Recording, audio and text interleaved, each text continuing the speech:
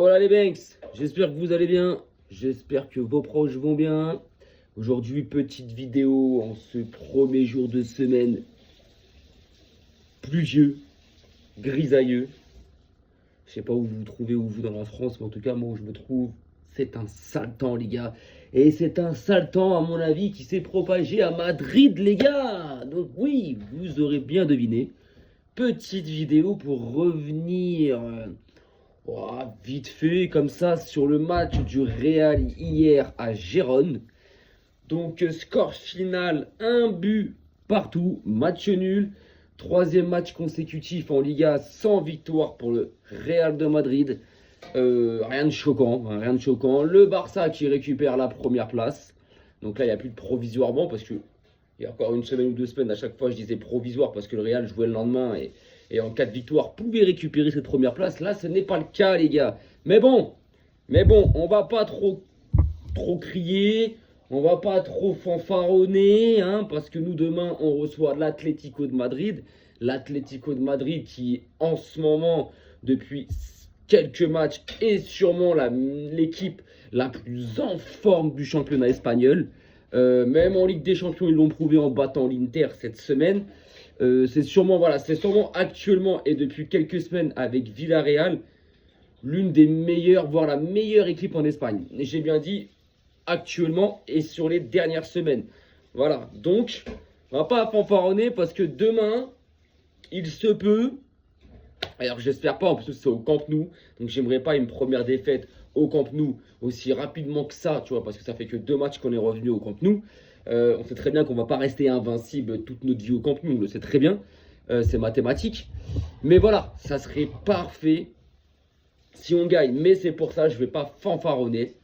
Parce que demain tu reçois l'Atlético et il est possible que ce match-là, tu ne le gagnes pas.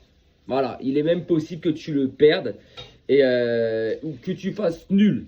Donc, tranquille, même si le lendemain, donc le mercredi, le Real, eux, se rendent à San Mamés, à Bilbao. Attention. Donc, les journées de demain et après-demain vont être très importantes, même de ce week-end, hein, parce que ce week-end, le Real va, je sais plus, les gars, le Real va où ils reçoivent. Nous, en tout cas, on va au Betis Séville. Et ça, au Villamarine, c'est quelque chose. Donc voilà, donc le Real mercredi va à Bilbao. Je suis quasi certain que le Real ne gagnera pas là-bas. Ils peuvent faire un match nul ou une défaite, mais je ne les vois pas gagner contre Bilbao mercredi, le Real. Donc demain soir, à nous de gagner le match. À nous, les gars, à nous. Comme ça, déjà, demain soir, tu gagnes. Tu prends 4 points d'avance. Tu es sûr, au minima, de finir ces 2 matchs en avance de la 19e journée. Leader, les gars. Mais avant ça, donc, avant ces 2 matchs qui arrivent, donc entre demain et après-demain, revenons hier sur le match du Real, qui jouait contre Girona. La pire défense de Liga. Gros. Et en plus, attendez, il n'y a pas que ça. En plus, c'était les absents. Je vais vous énumérer les absents côté Girona, mais c'est honteux pour le Real de ne pas avoir gagné. Et c'est là que tu vois qu'au Real, ça va mal. C'est là que tu vois que le Real est en crise. C'est là que tu vois qu'en interne, c'est en train d'exploser, les gars. Et ils envoient des messages en conférence de presse, le petit Xabi Alonso. Tout va bien, j'ai eu des petites réunions. Et que nini, les gars. Il n'y a rien qui va, tu le vois sur le terrain. Déjà, tu as galéré cette semaine en Ligue des Champions à battre l'Olympiakos. Tu t'es imposé que 4-3. Mais là, côté Girona, les gars, il y avait Danny Blind qui était absent. Il y avait Porto qui était absent. Il y avait Christian Stuani qui était absent. Il y avait Solis. Il y avait Lemar qui était absent. Il y avait Van de Beek. Non mais, est-ce que vous imaginez ces 5-6 joueurs titulaires de base à Girona et super important, très important, qui n'étaient pas là hier. Moi, hier, quand j'ai vu la compo de Girone, avec tous ces absents, concrètement, je me suis dit, ça va être easy pour le Real. Ça va être easy, ils vont gagner. En plus, Girone, pire défense, déjà avec ses titulaires, déjà avec ses absents qui de base sont tout le temps là. Girone était déjà la pire défense. Donc, avec ses absents forfaits officialisés, mais c'était encore pire. Donc je voyais pas comment le Real ne pouvait pas gagner ce match-là. Mais bon, avec nos amis madrilènes, on n'est jamais à l'abri de rien. Donc hier concrètement, ouais, match nul un partout. Une prestation de ce que j'ai pu lire côté madridiste, des streamers et regarder aussi comme vidéo, affreuse. Affreuse, zéro créativité, zéro envie, zéro, rien, il n'y a pas de jeu en fait. En fait, le Real, c'est simple. Tu es en défense centrale, tu envoies des longs ballons devant, et tu te dis, Inch'Allah, Mbappé, Vinicius, ils éliminent et ils marquent. Où il y a, ça tombe dans la surface, c'est l'arbitre siffle penalty, comme il a fait hier. Il n'y a pas de jeu. Il n'y a pas de jeu. Parce qu'au milieu de terrain, ils ont rien, les gars. Je suis désolé, les gars, mais j'espère que vous allez arrêter maintenant avec Bellingham, les gars. J'espère que vous allez arrêter avec lui. Moi, je l'ai toujours dit, moi, ce mec-là, c'est pas... Ouais, sa première année, sa première saison qu'il faut au Real. Oh, t'as vu, 21, 22 buts, etc. Mais les gars, ils jouaient neuf. Ils jouaient neuf, le gars. Parce que le Real n'avait pas de neuf, c'était l'année où Benzema était parti. Le Real n'avait pas de neuf. Et ils avaient Roselou, mais il était sur le banc. Donc c'était Bellingham en faux neuf, les mecs. Mais une fois que Bellingham, que le Real a recruté déjà l'année dernière, à partir de l'année dernière, on l'a vu. Une fois qu'ils ont recruté Mbappé, qu'ils l'ont placé en numéro 9, donc ils ont eu leur numéro 9, donc Mbappé, même si c'est pas un 9. Mais enfin bref, qu'ils ont eu leur attaquant axial titulaire, Bellingham a dû retourner à son vrai poste, à sa vraie position. Là où on voit son réel niveau. Et je suis désolé les gars, mais il n'a aucune influence sur l'équipe. Il pèse pas. Il fait aucune différence. Et ça voulait mettre dans le débat. Et ça voulait me le comparer à Pedri. Mais les gars, arrêtez. Les gars, arrêtez. Arrêtez, les gars. Que vous aimiez ou pas le Barça, que vous êtes madrilène, anti-catalan, etc. À un moment donné, il s'agit d'être objectif, tu vois. Le débat Pedri-Bellingham, arrêtez les gars, arrêtez, il n'existe pas, il n'existera jamais. Pedri, il a chaque Bellingham dans chaque orteil en fait. Il en a plein des Bellingham, partout. Il y en a partout des Bellingham, Pedri. C'est pas le même talent, c'est pas la même magie. Pedri, lui, déjà, il fait des courses où il va te transpercer une, deux lignes, il va t'éliminer 2, 3, 4 adversaires. Il te fait des passes, des orientations de jeu que Bellingham n'est pas capable de faire, gros.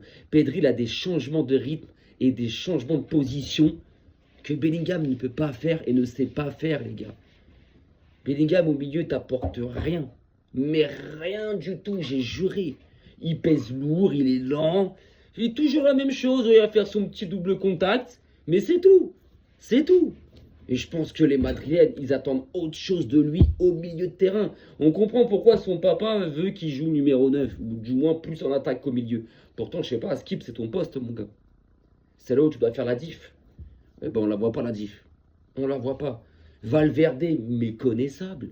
Méconnaissable. Alors, j'ai jamais été un grand fan de ce joueur-là. Moi, j'ai toujours dit, c'était un mec, il pousse le ballon et il court. Voilà, Valverde, c'est un bourrin pour moi. Mais à une époque, il apportait ce côté quand même technique, ce côté genre rassurant quand même. Le mec, il est là sur le bonhomme. Ce côté où il perfore des lignes grâce à ses courses, ou ses appels de balles, ou ses grosses frappes. Là, il n'y a rien. Il n'y a rien, les gars. Rien du tout. Le mec, tu as l'impression qu'il a plus envie, qu'il est plus motivé, qu'il est là, mais sans être là. Voilà. Et Tchouaméni, bon, peut-être hier, le meilleur milieu madrilène. Et Tchouaméni, pour moi, c'est un milieu défensif, les gars. Tchouaméni, comme Kamavinga, c'est des milieux défensifs, c'est pas des créateurs. C'est pas des mecs qui vont te créer quelque chose. Ouais, peut-être par des longues passes ou quelque part percées par là. Ok, mais c'est tout, les gars. C'est pas eux qui vont t'inventer quelque chose. Et derrière, je suis désolé, mais Alexander Arnold, mais quelle pâquerette, les gars, quelle pâquerette celui-là. On l'avait dit, défensivement, il est catastrophique. C'est pas de cet été, déjà à l'époque où il était à Liverpool, tout le monde le disait, moi le premier. Défensivement, c'est quelqu'un qui va te faire, il va te mettre en danger. Offensivement, oui, il va t'envoyer des beaux centres dans la surface, il va prendre son couloir, il va le manger, il va monter, mais défensivement, il est catastrophique. Fran Garcia, pour moi, de l'autre côté, il joue avec un QI0, c'est un buff. Il court tête baissée et il centre au hasard. Voilà. Défense centrale, Militao, Rudiger. Rudiger, au retour de blessure, mais continue à le mettre titulaire. Ah, j'adore. Il est. Mais, oh là là. Que ce soit avant sa blessure, l'année dernière, ou là, de retour de sa blessure, qu'est-ce qu'il est limité, ce joueur-là. Et devant, Arda Güler, pour moi, à un moment donné, il va falloir le laisser sur le banc parce qu'il n'apporte rien. À part jouer avec Mbappé et faire des micmacs avec Mbappé, il n'apporte rien, ce mec-là. Il n'apporte rien.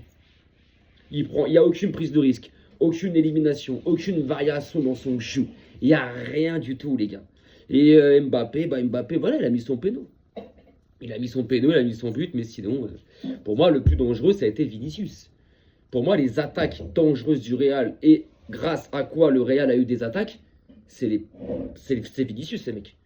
On a beau dire ce qu'on veut sur Vinicius, mais concrètement, s'il n'est pas là, dernièrement, qui amène les ballons dans la surface du Real? Qui amène le danger dans l'attaque du Real? C'est Vinicius, les gars. C'est pas Mbappé. C'est pas Mbappé, les gars. C'est Vinicius. Même Rodrigo, quand il est rentré, il a plus apporté que Mbappé. Mais Mbappé, il a mis son but, les gars. Il a mis son but. Il a mis son but. Donc concrètement, dans le Real, pittoresque, pittoresque. J'ai l'impression que cette équipe-là, dès qu'un de leurs joueurs tombe dans la surface, c'est penalty tout de suite. À tous les matchs du Real, les gars, il y a un penalty. Est-ce qu'on se rend compte? À tous les matchs du Real, il y a un penalty. Je ne sais même plus. Mbappé, il a combien de penalty là, les gars? 7, 8. C'est affolant. Le Real, ils sont à combien de penalty depuis le début de saison? Une dizaine. Je crois que c'est le club le plus qui en bénéficie le plus. Et c'est chaud, les gars. C'est chaud. C'est chaud. T'as l'impression qu'un joueur. Regardez, vous prenez par exemple Yamal samedi là. La faute quand il fait le petit pont qui rentre dans la surface là. La béquille qui reçoit dans la cuisse. Nous sommes d'accord, c'est penalty. Hein. Nous sommes d'accord. Vinicius hier, pour beaucoup moins que ça, il a à peine tombé. L'arbitre, il n'a même pas réfléchi. Penalty tout de suite, les gars. Pourtant, Rudiger, en deuxième mi-temps, sur l'attaquant de Girona, il fait une grosse faute. Genre un câlin, je te câline, on se câline, vas-y, hein, touche, frotti. Pas de faute, les gars. L'arbitre, à aucun moment, l'arbitre n'a sifflé faute. Alors, quand tu regardes le ralenti, il n'y a pas besoin de ralenti, même à vitesse réelle, tu le vois. À aucun moment, Rudiger ne s'intéresse au ballon. À aucun moment. Donc, enfin, bref, c'est ce que je disais aux Madrilènes. En lieu de se mettre sur le Barça, alors, pas tous les Madrilènes, hein, mais bien 90%. Au lieu de se mettre sur le Barça, de vouloir critiquer le Barça, de vouloir aller parler sur le Barça, occupez-vous de votre club. C'est pas comme si votre club était leader de Liga avec 10 points d'avance, que dans le football, c'était un football caviar. Non, les gars, il n'y a rien qui va. Il n'y a rien qui va. Il n'y a rien qui va. Vous allez... Franchement, c'est pas beau. Quand on voit le Real, c'est pas beau. On parlait de Xavi Ball. Il n'y a rien du tout. Les gars, il termine tout le temps à genoux, les gars. Donc le Real perd sa première place. Le Real, à l'heure actuelle, est deuxième de Liga. Le classement est très serré, les gars. Le classement est très serré. Le classement, il y a le Barça qui est premier avec 34 points. On va aller le voir maintenant, je vais vous le dire. Le Barça, leader, premier avec 34 points. Le Real, deuxième avec 33 points. Villarreal, troisième avec 32 points. L'Atlético de Madrid, quatrième avec 31 points. Cinquième, le Real Betis, 24 points. Où on va chez eux le week-end prochain, les mecs. Là, donc là, on voyait les deux prochains matchs du Barça, c'est pas des lol, les gars. C'est pas des lol. Demain, tu reçois contre nous l'Atlético de Madrid, qui est quatrième avec 31 points. Ça veut dire, on perd ce match-là, ils reviennent sur nous avec 34 points chacun. Tu vois ce que je veux dire? Et samedi prochain, on va au Real Betis, qui est cinquième. Donc pour vous dire, voilà, c'est pas des lol. Là, le Real, ils vont à Bilbao, qui est huitième. Mais c'est pour vous dire que là, le championnat est très serré, là. C'est pour ça, moi, demain, je veux cette victoire. Je veux cette victoire parce que grâce à cette victoire, tu prends 37 points. Même si le Real gagne contre Bilbao, tu restes premier. Mais je pense que le Real, et j'en suis quasi certain que le Real ne gagnera pas à Bilbao. Donc, il faut profiter de ça. Certes, c'est nous qui jouons avant. C'est pas eux. On joue avant, on joue demain soir. Eux, ils jouent le mercredi. À nous de profiter de ça. Faut profiter de ça. Ça va leur mettre une pression énorme, les gars. Ça va leur mettre une pression énorme, les gars. Donc, franchement... Et ouais, parce que de l'autre côté, t'as... L'Atlético, c'est en forme de ouf, les gars. Franchement, l'Atlético, je crois qu'ils sont sur 7 victoires consécutives. Ou 7 matchs en défaite. 6 victoires, un nul. Bref, en tout cas, c'est sûr que c'est ça. Maintenant, c'est ce que je disais dans une vidéo il y a quelques jours. L'Atlético, parfois, ils ont ces moments d'irrégularité, les gars. Ça veut dire qu'ils vont enchaîner 5, 6, 7 matchs sans défaite. Et d'un coup, comme ça, ils vont perdre un match et ils vont enchaîner quelques matchs sans victoire. Donc, à nous de leur faire commencer de demain. À nous de leur stopper de leur série de demain, les gars. À nous, les gars. Parce que là, demain, ce match, il peut être fédérateur pour le reste de la saison. Alors, je ne vais pas m'arrêter à ce match-là, parce que l'année dernière, le 21 décembre, rappelez-vous, on perdait 4-2 contre l'Atlético de Madrid. On perdait 4-2 contre eux. On était tous là. 4-2, non, 2-1. 2-1, je crois. Je sais plus. Mais en tout cas, on perdait. On perd contre eux, c'est sûr. On perd contre eux, c'est sûr. Avec Sorloth qui met ce but 2-1. Voilà, 2-1, 2-1, les gars. Pedri ouvre le score, ils égalisent. Et Sorloth met ce but à la 92e minute de jeu sur un centre venu de la droite. Ouais, voilà, je me rappelle, 2-1. Et c'était le 21 décembre, les gars. Donc, je ne m'étais pas arrêté à ce match-là. Il y en avait beaucoup qui disaient, ouais, ça va être compliqué pour la suite de la saison. Non, même si on gagne demain, ça peut faire du bien, ça peut lancer un élan. Et à partir de janvier, ça sera une autre saison, les gars. Donc non, demain, faut taper l'Atlético. T'envoies un message en Espagne, t'envoies un message aussi un petit peu en Europe. Faut les battre, les gars. Faut les battre. Mais en tout cas, voilà, côté Real de Madrid, les gars, arrêtez un petit peu de parler du Barça, de parler des autres clubs et penchez-vous sur le vôtre. Penchez-vous sur le vôtre. Parce qu'il n'y a rien qui va, les mecs. C'est la crise, les mecs. Il n'y a rien qui va.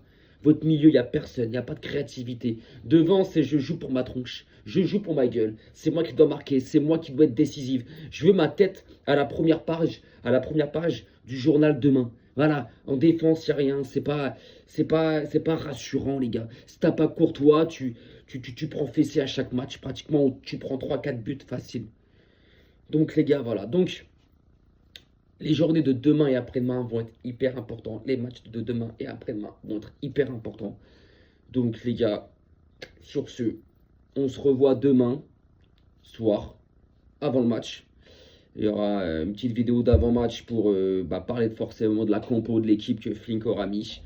Et puis sur l'après-match, après le match, en espérant une victoire. Et puis voilà les gars, sur ce, je vous souhaite un bon samedi, un bon lundi, force pour ceux qui bossent, force pour ceux qui sont au cours. Et puis on se capte et on s'attrape demain. Arrivederci et Visca el Barça toujours les gars.